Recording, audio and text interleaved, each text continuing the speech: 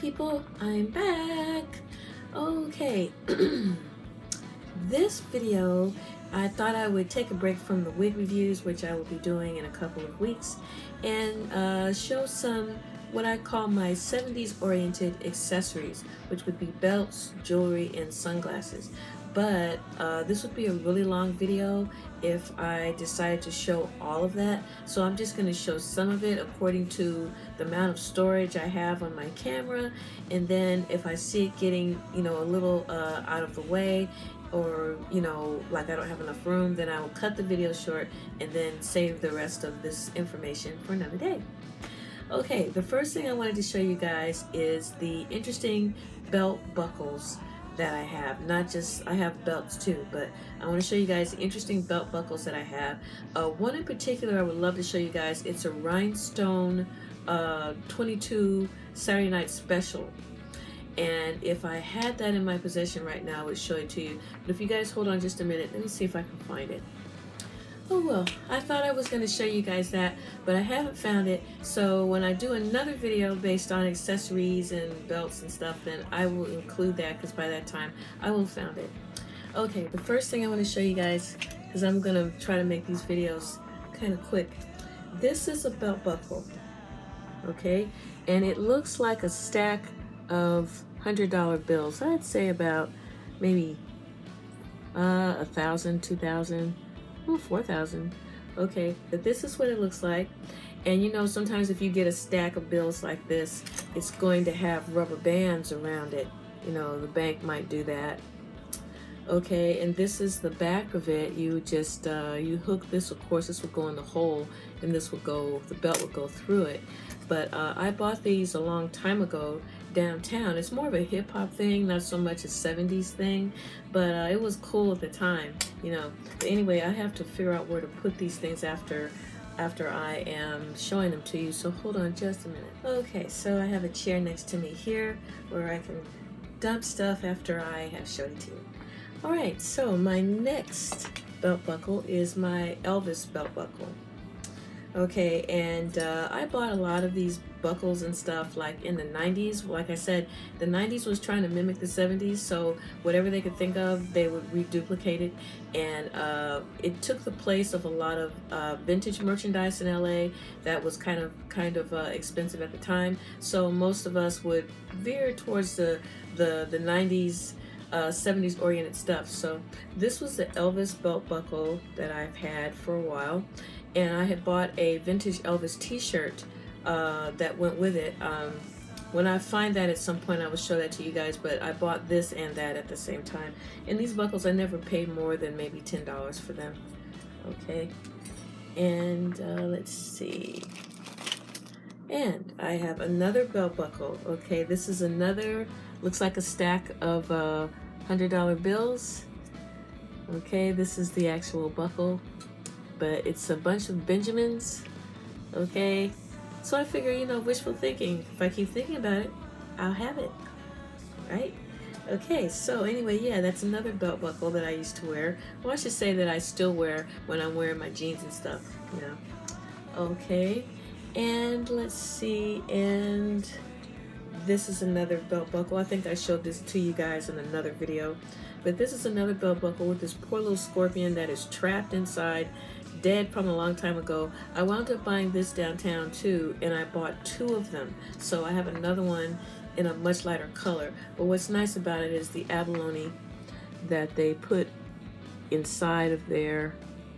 And you can actually probably still find these in New Mexico or Albuquerque or Texas. Let's hope when the stores open up again that what I'm showing you probably will make a resurgence, and then if you're interested, or if I see it, I will make a video showing people where to get this type of thing, because I bought it downtown LA. Okay, now I'm moving to my sunglasses. Now all my sunglasses are either bought downtown or the 99 cent store. So they tend to think that no one cares about style, so they carry stuff that a lot of people wouldn't expect to find. Okay, we're going to start with these. I bought these 70 shades in Vegas. I bought two. It was 2 for $15. So this is the only one I have right now that hasn't broken on me. And you'd be surprised how optometry places will not fix your sunglasses unless they made them. So I'm hoping it doesn't break. But this is how they look.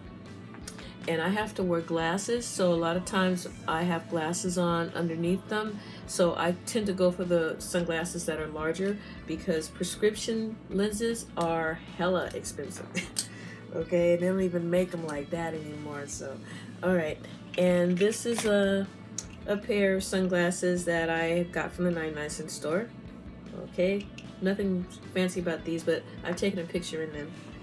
Okay, and all this time I'm watching the time. Okay, so far my video is 3 minutes and 30 seconds. Okay, these, I don't know if anyone remembers these, but if you are from the 70s, you probably will. I bought these in the 90s because they had the nice rhinestone right here, and I have 3 pairs of these. This is the only one that didn't break on me after about 20 years of having it. And there was a time where, when I was a kid, you could go to the gas station or the car wash. And when your parents were getting the car wash, sometimes if they had like $2 or $3 or $4, they could get a pair of these, maybe 6 pairs of these, $2 each. And everybody thought they were so cool. I did. I didn't have a pair as a kid, but I got a pair now. Okay. All right. And another pair. These I also bought, not recently, but earlier this year I bought them. And they're just some little plastic glass. And see, it gets so dusty all the time. I'm using my shirt to clean the lenses. Ooh. Okay, yeah, they're like heart-shaped, so I'll put them on. And I still, like I said, I have to wear my prescription lenses under them, so I always pray that no one can really see them. But this is what they look like, and they don't have anything going on here. I think I might have ordered these from Amazon. So when I was busy looking for more sunglasses, I think that's exactly what I did. I think I ordered them from Amazon, and they might have been like $6 or something, because they weren't expensive. I don't pay too much for accessories because I bang them around a lot. Okay, and here is another pair of purple 70s style sunglasses with these little rhinestones.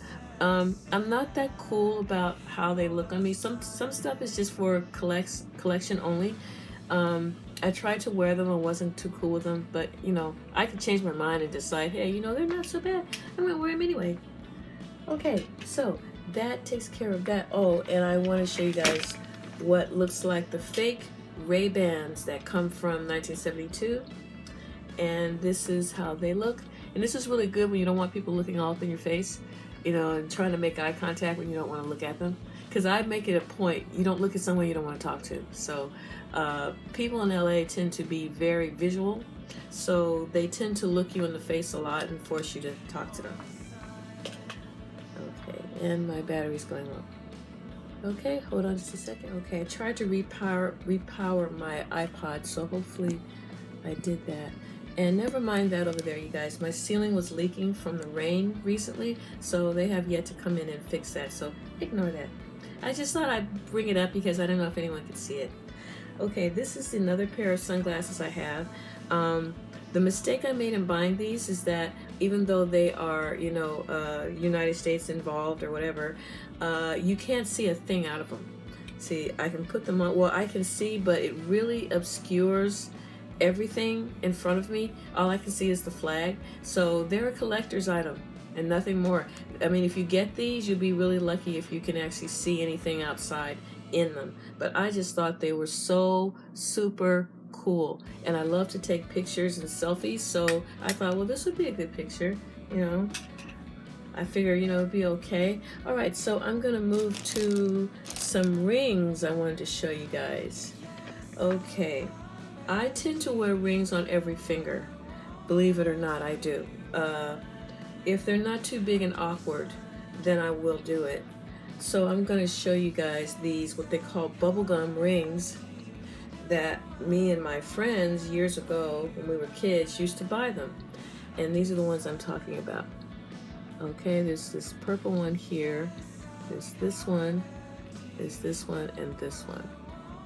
Okay, you guys can see them. Okay, there was a time when a gumball machine would have these little plastic, it's like little plastic bottle type things, and inside of it for 25 cents would be a ring. So that's not how I got these, but that's how they came to be. You could go to, you know, again, you go to the car wash or the gas station with your parents, and while they're in there getting gas and doing whatever they're doing, you'd be a little kid with your friends, and you'd be over there trying to get stuff out of the gumball machine. And a lot of times, stuff like this would come out. You get a ring. So, you know, it's not bad. A ring like that for 25 cents, you know. Not anymore, of course. I paid probably $10 to $11 each for each one of these. Okay. And the two most expensive rings that I have, as far as bubblegum rings, are my lucky dice. I go to Vegas a lot. I don't know when I'll be going back there again, but I bought these on Melrose Avenue, and these are my lucky dice. I bought these on Melrose Avenue, and it was a store called Red Balls on Fire. And when I would buy these little rings, they must have charged me $25 for each of them. Okay, but I wanted them. I didn't care. So they have like these little rhinestones on the ends of them. I mean these little rhinestones that make them look like dice, and that's really what they are. And every time I put them on, I'm praying they don't come off. So far, they've been a really good ring, and I've had them for a long time. And to show you how much I like dice, I also have them rhinestone dice earrings, which I also bought from Vegas the last time I was there. Okay, and one of my favorite things also to wear that's also 70s oriented. This is just to give you guys an idea of what you might want to look for. Okay, I just dropped it on the floor. Okay, this is my lip ring, like a big kiss with the little thing there. There used to be like these Rolling Stone t-shirts where you would have like this big mouth or lips or whatever. And I have a Rolling Stones t-shirt, I'm just not wearing it today. But this ring reminded me of it, and I used to wear this a lot. And I still do. I always make sure that my rings are adjustable as well. Because if you have hormonal situation going on, one day the rings will fit, next day they don't. So I always make sure that they are adjustable. That's always like a really good thing. Okay, so that takes care of that. All right, I'm gonna try to show you guys something else. I have an awful lot of jewelry, so it tends to wind up in bags like these.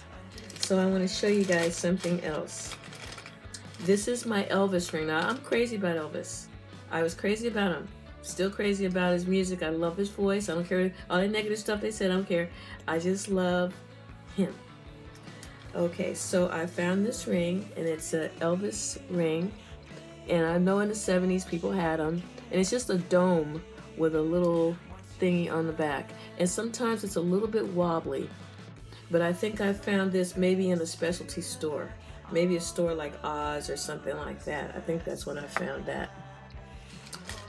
Okay, and I also have this really nice amber ring. You can find these on Amazon. You know, look up 70s rings, or, you know, if you really, really look and take the time, eventually you're going to come across something like this. It shouldn't cost you more than maybe $5 or less. All right, and I also am into a lot of bling. Okay, so here is another really popular 60s type ring. A lot of people wore these. They wore like big ones, maybe 2 or 3 on one hand, which is something that I used to do, that I like to do. What am I saying used to? I guess because I've been in the house, now I'm saying, oh, I used to do that. Okay, and this is another little bauble, $1. That's all it was. You can see it up close. Okay, so I have lots of jewelry, most of it ethnic, a lot of it turquoise, that kind of thing. So it would take I think I've done enough videos on that. Okay, so these are the rest of my other types of rings that I wanted to show you guys. This is another 60s type of ring where it looks like it's diamond encrusted, but it's not. It's just $1. Okay, so that's that. I can always do a video on more. I'm hoping to influence people. That's my purpose. Okay. All right, the next thing I want to show you that I didn't show you guys was this other belt buckle that I've had for a long time. It's nothing special about it, no history involved. I couldn't tell you much more than the fact that I wore it in the 90s, and when I'm wearing my bell bottoms, the ones that I will mostly wear a belt with are the hip hugger, because when you sit down, if you don't have a belt, then you're going to be showing the crack of your butt to the entire world. We all know how hip huggers work. They don't stay up. They bend at the pelvic area. So I had to have a nice belt, so I wore this nice belt buckle with it. Okay, and let's see. And also, now this is for people, I don't suspect that everybody looking at this, what I'm going to show you, knows what it is. Okay, just like some people have never seen a record player, never seen a 33 1/3, never seen a 45. Okay, so here's something I want to show you. This is my rhinestone cassette belt buckle. Okay, and that goes to show you how it's gonna fit. And I wore this in the 90s, and I used to wear it with the jeans that I wore this particular shirt with my Hendrix pin. I can't think. Okay, but yes, this is my rhinestone belt buckle, and it is in the shape of a cassette, a Memorex cassette. And you know what cassettes are. They put music on them, you stick it in your cassette player or your Walkman, and you're good to go. So I hope you guys know about those. All right. Okay, so what are we working with here? Okay, this is already 8 minutes and 38 seconds. Okay, so that may take care of everything. Well, okay, since this is just going to be a 70s jewelry type thing, then I will show you the rest. Okay, and this here, this is not real amber, but I wear it as if it were. And if I have on a really nice blouse, I will wear something like this. And it was like $1.50 because it's just plastic. And finding an 18.5 inch or maybe 24.5 inch necklace is what made it possible for me to wear this. Okay. And I am a fan of crosses, so that has nothing to do with the 70s. This, however, is a real amber piece. This here is real, and it's the only real amber that I have. People used to think there was power in wearing it, but actually, you know what? When God made stuff like this, he made it to amuse you, and he made it to look pretty, but if there were power in it, my goodness, our houses would be made of it. There is no power in rocks. There's no power in pieces of crystal. No power. They're just created to amuse you. They're created like if a toddler wanted something to play with, you're going to give them a toy, you know, to amuse the child. That's what it's about. So I don't see this as having healing properties or anything like that. It's just a really beautiful thing that God created. And I said, well, thank you, Lord. Thank you. And I took it. Meaning I paid for it. I didn't steal it. Okay. And something else that is also very 70s oriented, because everybody likes flowers. So I've always had this really nice silver rose ring. And I really think it's made out of aluminum. It's not the real silver, so I didn't pay that much for it. And let's see. Okay, and the last thing that I can show you guys is this is another amber pendant that I have, and all I needed was a 24-inch necklace or chain to wear with it, and then I would wear it. So that's something else that I have. And the silver needs to be shined up. I haven't figured out how to do that. Baking soda, I hear, is good. Okay, so that is what I consider my 70s collection of jewelry. That jewelry. I have ethnic jewelry that people wore in the 70s as well, but that would take forever to show all of you. Okay, but I do have one more pair of sunglasses I'm going to show you guys. Okay, talk about seeing the world through rose-colored glasses. This is another pair that I have had for a while. So I just go with whatever color I can find. If they're yellow, if they're pink, if they're purple, I don't care. As long as there's a little gem in there. And I do think I got these from Amazon. So if you put in Amazon in the browser, you put in rose-colored 70s shades, 9 times out of 10, these are going to come up. And you might want to put in the browser the little rhinestone, you know, at the corner, and these will come up because I know that's where I got them from. I'm pretty sure of it.